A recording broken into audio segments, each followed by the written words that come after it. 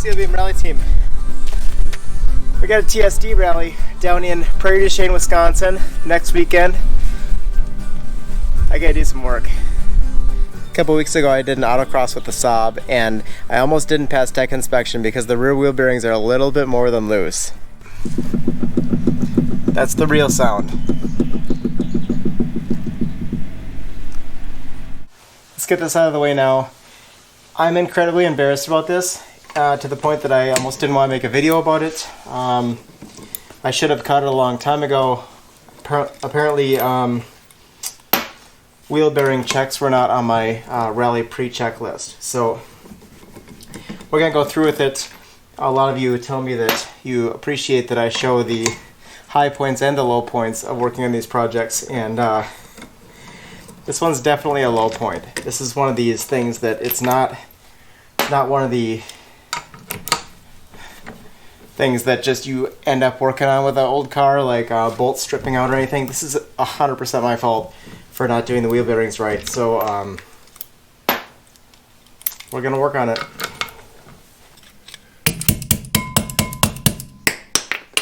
All right, plenty of grease in there, obviously, but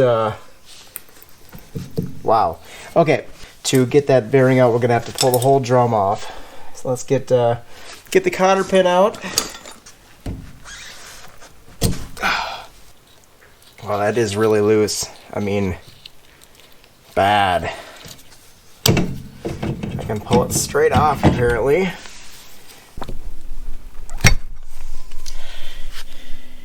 think it's okay. Awesome.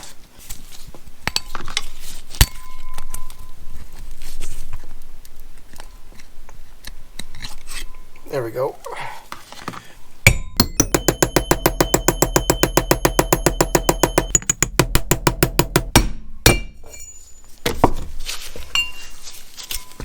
Okay, we're out of there. Oh, I forgot we have two bearings in there. Okay, well, we got them both out, I guess.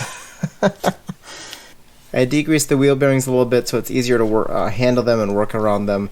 This is an SKF 8304 and it's the smaller one. I think I might feel a little bit of play in that one. Might just be my fingers. The larger one is an SKF 6305. So that, again, like, I don't know if I'm imagining things. Visually they look fine. The cages are intact and they spin freely. There's nothing falling apart, but it's really hard to tell what's going on inside there. I think just from the fact that I have the two wheel bearings in the drum and it's not just one big hub assembly or something, I should be able to, since they're not obviously super worn out, I should be able to reassemble them, repack and reassemble, and then torque that hub nut the right amount. Because I think what happened was you're supposed to tighten down to a certain torque, and then you are supposed to put the cotter pin through the castle nut. I think I backed off the castle nut instead of tightening it a little bit, and that probably was the enough play that it was able to work itself a little loose. So the preload on the bearing, I think, was the big issue I had there. I'm gonna dig into the other side and see how it looks, but I'm also pretty sure that I got the wrong replacement bearings at Napa, so let's take a look at those. Yeah, this is hilarious. So I looked it up in the Napa system, and the bearing they want to give me is this cone bearing. Does that look anything like the bearing? Oh my god, it's so frustrating. So we're gonna send these back and make sure that the company knows they are not the right bearing for this vehicle. We are going to pull off the other side, take a look at that as well, see if there are any major issues with it, and I should be able to reinstall. While we're in here, one of the things I want to keep an eye on is this wheel cylinder. Looks in really bad shape. I'm gonna go and buy a couple of those so I can restore the rear axle, but god, look at how dirty it is. Yeah. Anyway, so we're going to go and do that in a future day, but not today because I don't have them right now. We're going to put it back together, and this should last me a little bit longer. Here's the driver's side. I don't feel like pulling that seal out and doing all the other BS, so I'm just going to feel this thing. This one has no noticeable wear or play. The other side.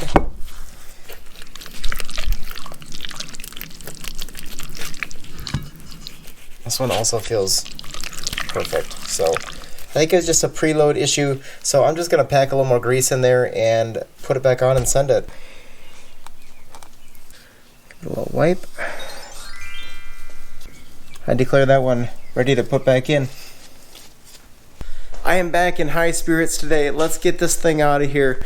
We took the hub nut over here. We got this up to 65 foot-pounds like the manual says, and then I just turned it a little bit more to get that cotter pin through. I think the error I made last time was instead of turning it more, I turned a little bit less. I think you always want to bias toward that the higher torque. We also took the dust cover off. I was about to put this on and I realized it was smashed in like someone took some pliers and tried to yank it off. So I hit it on the inside with some punches and tried to pull those dents back out. And then I realized there's a hole in this one. They had actually grabbed it so hard that there was a hole in the metal itself. So mix up some JB weld. Well, I roughed that up with a wheel. Mix up some JB weld, put that in there. So that should be sealing there. Won't get any more dust or grime in that wheel bearing. But this thing I think is ready to go. It's not perfect, but hey, it's going to do its job. There we go.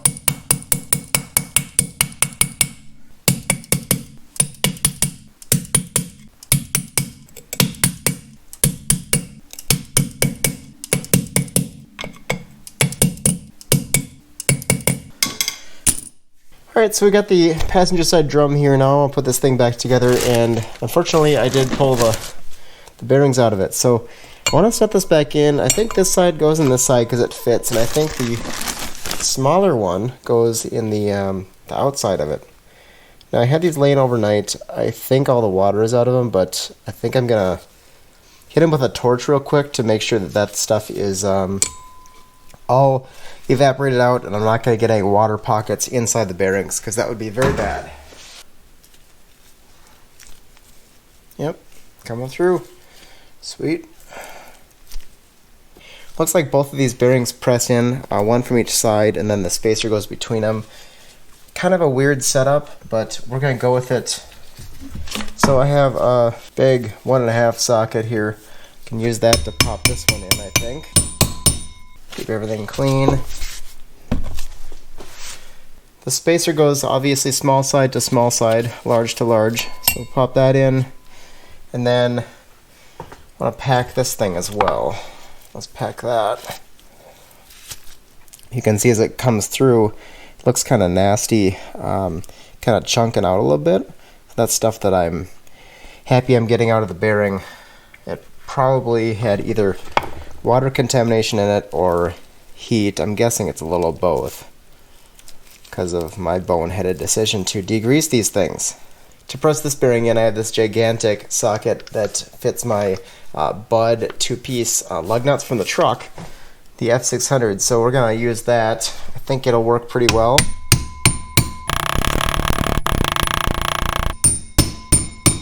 There we go.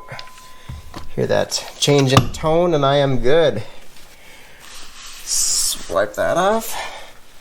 Now since I have that one bottomed out, I have a spacer in there, and this one is started. I want to make sure that this one gets fully seated in there as well. Alright, there is our change in tone again. Alright, it's ringing.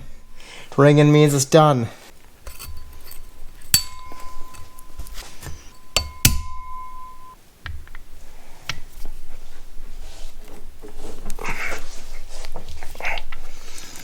Alright, and that is seated. Let's put some brake clean in that drum because I got a little bit of grease in it, and we'll move this thing over to the car.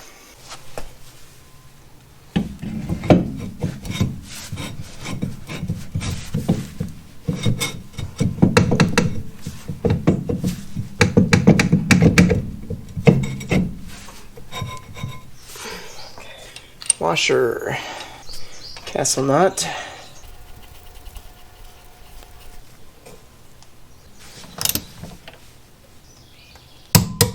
£65. Where's our little hole?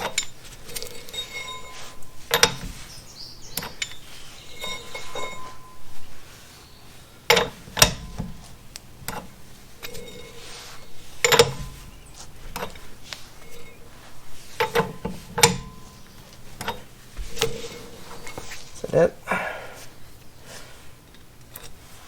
Boom.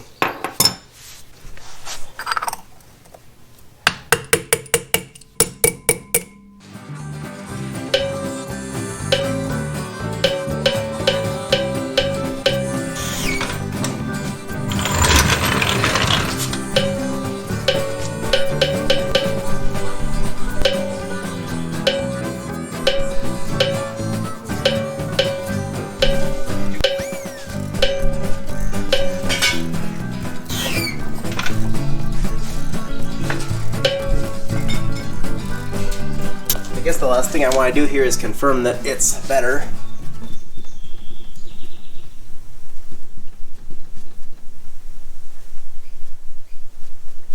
Let's take it for a test drive.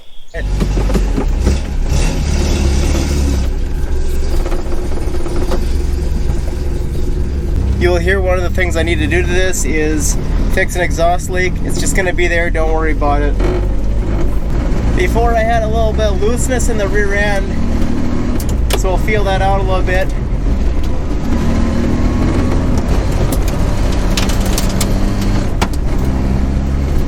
Feels pretty good.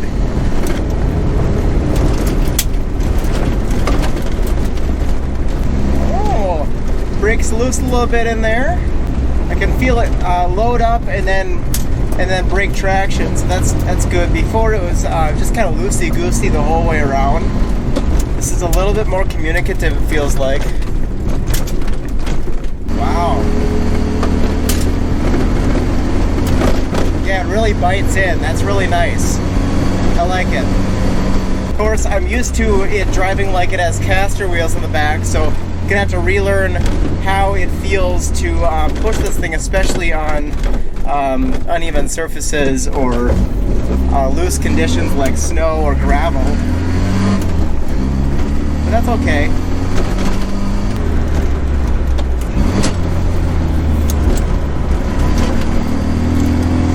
Nice. It's like a totally different car, honestly, having these wheel bearings right. I can't believe I was driving that long with them so bad.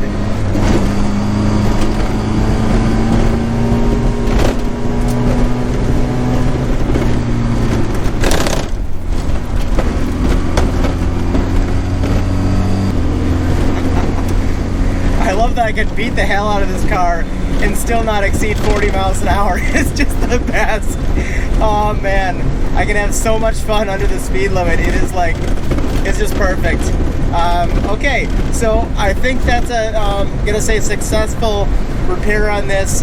Dumb me for doing that, but man, it runs pretty nice now. So we got a couple more repairs to do on this. I don't know if I'll film them or not, but if I do, they'll be in the credits here, and see you next time. Press on.